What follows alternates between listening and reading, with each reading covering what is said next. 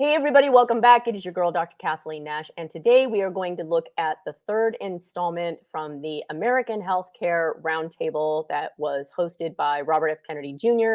and Senator Johnson from Wisconsin. It was on the floor of the U.S. Senate on September 23rd.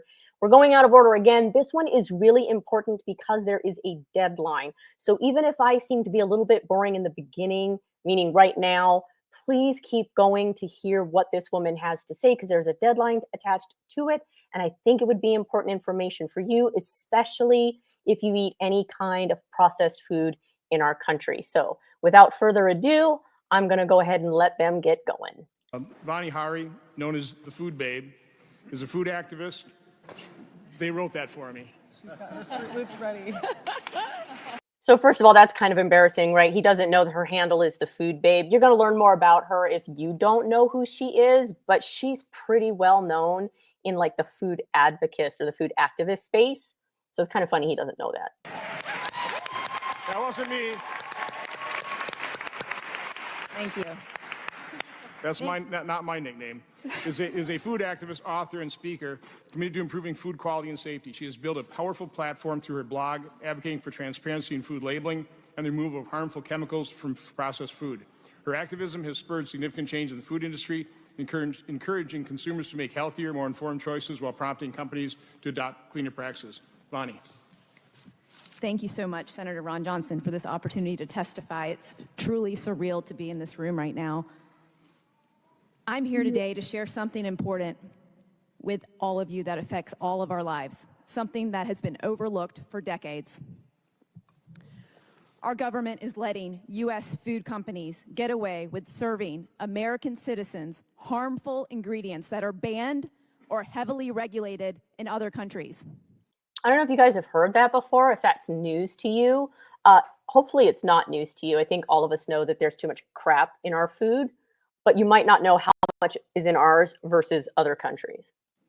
Even worse, American food companies are selling the same exact products overseas without these chemicals, but choose to continue serving us the most toxic version here. It's un-American. It's wild. The same kinds of food. This is crazy. One set of ingredients. Thank you. One set of ingredients there and one set of ingredients here. Let me give you some examples. Guys, I don't know why the audio is acting so wonky. I can kind of hear that bloop, bloop. I don't know what that is or why it's doing it. I tried to get that artifact out when I recorded this, but it's not. So I apologize if you're hearing that too. Thank you. You want to do my honor. Here we go. My Vanna White, everybody. This is McDonald's French fries. I would like to argue that probably nobody in this room has not had a McDonald's French fries, by the way. Nobody raised their hand during the staff meeting earlier today. In the US, there's 11 ingredients. In the UK, there's 3, and salt is optional. Look at that. Look at how wild that is. How much. All that stuff in the red, that's all the artificial ingredients and all the garbage. And look at the UK. That's crazy. An ingredient called dimethylpolysiloxane is an ingredient preserved with formaldehyde, a neurotoxin, in the US version. This is used as a foaming agent so they don't have to replace the oil that often, making McDonald's more money here in the United States. Oh my God, is that true? A foaming agent? Oh, that's gross. But they don't do that across the pond.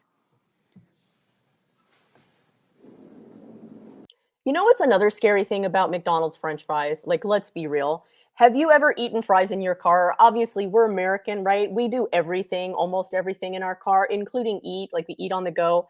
Have you ever been cleaning out your car and you find a fry, like it could be McDonald's, it could be Wendy's. Usually it's McDonald's, right? You find a McDonald's French fry kind of jammed in between the center console and your seat, or when you first get in the car on the other side of your seat. Do you ever think about the fact that how long has that French fry been sitting there, yet it has not decayed at all? Like there's no mold on it. It doesn't stink.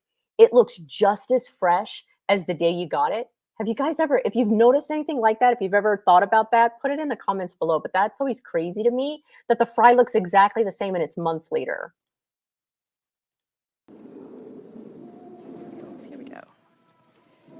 This is Skittles. Notice the long list of ingredient differences. 10 artificial dyes in the US version and titanium dioxide. This ingredient is banned in Europe because it can cause DNA damage. Artificial dyes are made from petroleum, and products containing these dyes require a warning label in Europe that states it may cause adverse effects on activity and attention in children. And they have been linked to cancer and disruptions in the immune system. This on the screen back here is Gatorade.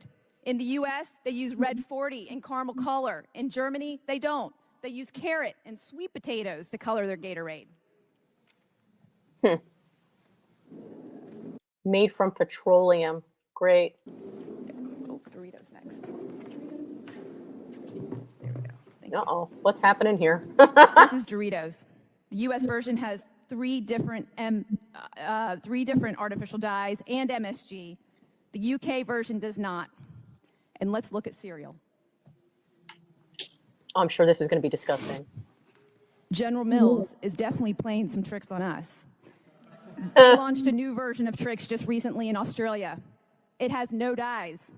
They even advertise that when the US version still does. This is why I became a food activist. My name is Vani Hari, and I only want one thing. I want Americans to be treated the same way as citizens in other countries by our own American companies. Yeah, for sure.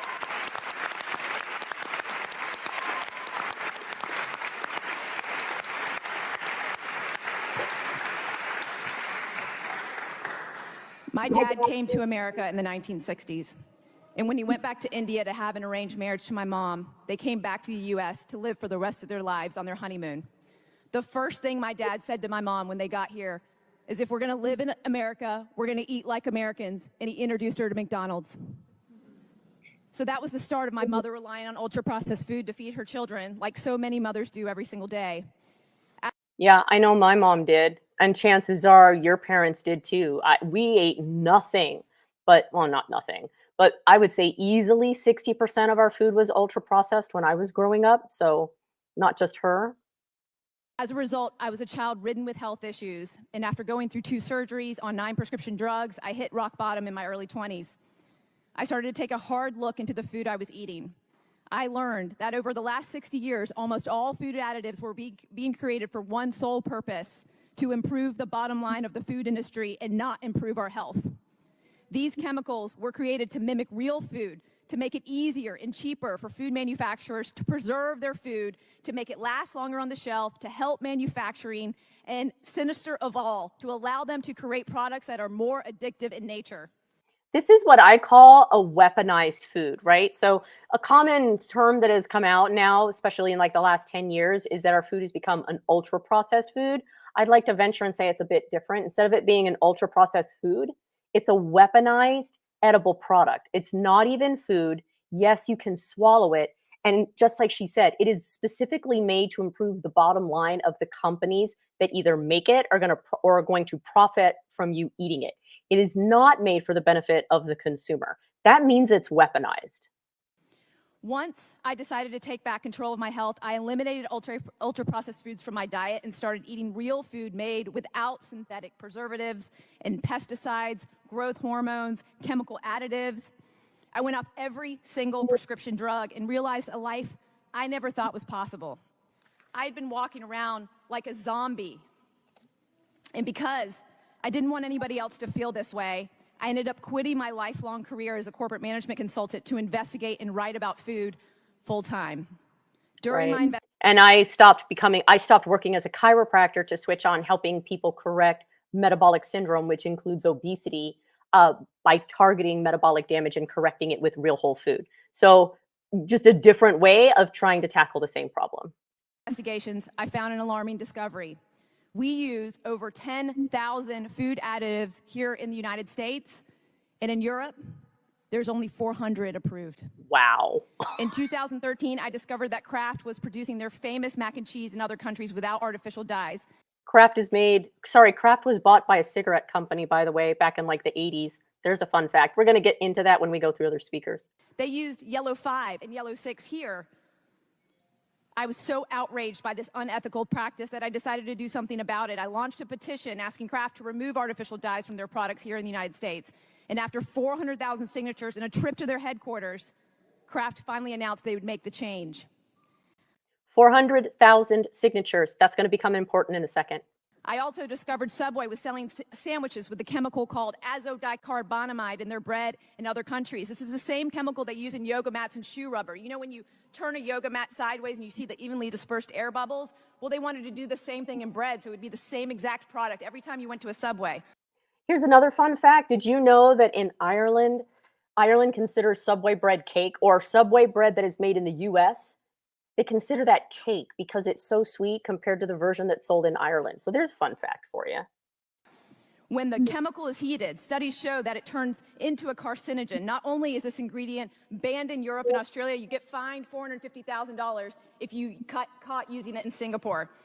If we were able to get, when this, what's really interesting is when this chemical is heated, studies show that it turns into a carcinogen. Not only is this ingredient banned, but we were able to get Subway to remove azodicarbonamide from their bread in the United States after another successful petition. And as a bonus, there was a ripple effect, and almost every bread manufacturer in America followed suit. That's nice. So that's the power of the consumer, right? Showing you how the individual consumer can band together to make real change. Again, going to be important in a minute.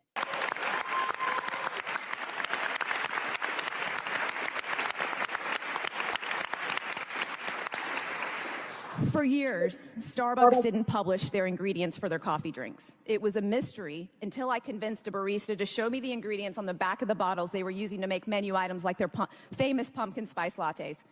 I found out here in the United States, Starbucks was coloring their PSLs with caramel coloring level 4, an ingredient made from ammonia and linked to cancer, but using beta-carotene from carrots to color their drinks in the UK. After publishing an investigation and widespread media attention, Starbucks removed caramel coloring from all of their drinks in America and started publishing the ingredients for their entire menu. Nice.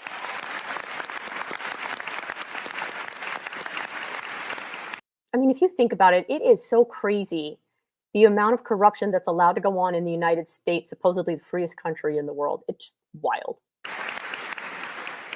I want to make an important point here. Ordinary people who rallied for safer food, shared this information, and signed petitions were able to make these changes. We did this on our own. But isn't this something that the people in Washington, our elected politicians, should be doing? My God, yes. Yes.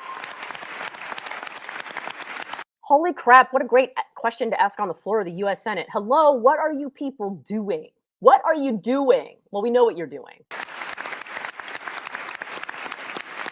You imagine you have to sit there and listen to her say that as a senator?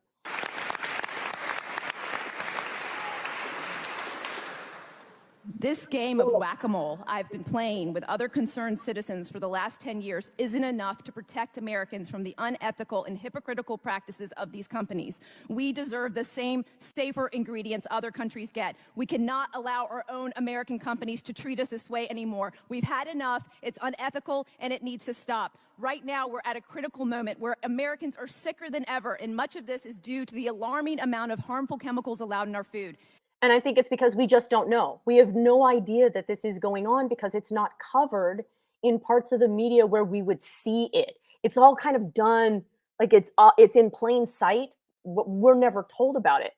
Asking companies to remove artificial food dye would make an immediate impact. They don't need to reinvent the wheel. They already have the formulations, as I've shown you. Consumption of artificial food dyes has increased by 500% in the last 50 years, and children are the biggest consumers. Wow. Yes, those children. Perfect timing. 43% of products marketed towards children in the grocery store contain artificial dyes. Food companies have found in focus groups, children will eat more of their product with an artificial dye because it's more attractive and appealing. And the worst part, American food companies know the harms of these additives because they were forced to remove them overseas due to stricter regulations and to avoid warning labels that would hurt sales. That's crazy. So they know it's dangerous. They know it's bad. They know they're directly targeting children with it, and they do it anyway. This is one of the most hypocritical policies of food companies, and somebody needs to hold them accountable. The FDA is asleep at the wheel. They've admitted they're not capable of regulating all these chemicals in our food, and the food companies are using the lack of regulation to their advantage. But now, there's a significant wave of public awareness spreading about this corruption, and more people are asking for change. Many of the people in this room I see in the audience. Our grassroots movement is continuing, and I'm now asking for your support. Right now, we are petitioning Kellogg's because the government hasn't taken up this issue. Right over the border, this box of Fruit Loops is from Canada. It's colored naturally with watermelon, blueberry, and carrot juice. This is the U.S. version. It contains 4 different artificial food dyes with the preservative BHT, which is an endocrine-disrupting chemical linked to cancer. In 2015, Kellogg's announced plans to remove dyes from their cereals by the end of 2018, but they never did. Instead, they kept producing new cereals for children with these dyes and preservatives, using the most popular toddler songs and movies to hook modern children of today, like Baby Shark cereal and Disney's Little Mermaid, targeting the most vulnerable children. We now have over 111,000 signatures on our petition to ask Kellogg's to finally serve Americans the same cereals they are serving other countries. I'm going to be delivering these petitions to Kellogg's headquarters in Battle Creek, Michigan next month on October 15th. Mark your calendar. With many of the health leaders in this room, and I'm inviting all concerned citizens to join me, including all the politicians here today and in Washington and both presidential candidates. Ooh, so that'd be interesting.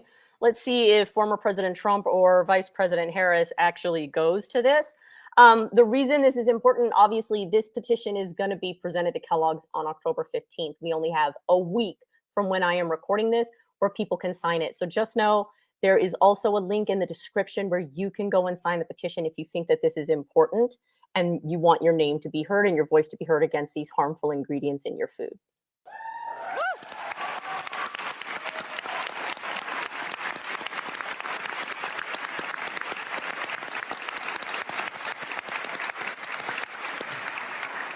This issue is nonpartisan and affects all of us. It's time for us to join together and end this corruption once and for all. Thank you very much.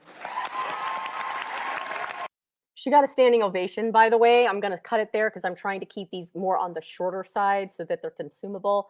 Please, if you think that this is important and you want to add your name to the list of people who are tired of being fed poison in the name of corporate greed, make sure that you check out the petition below, and I will catch you guys in the next installment. Bye-bye.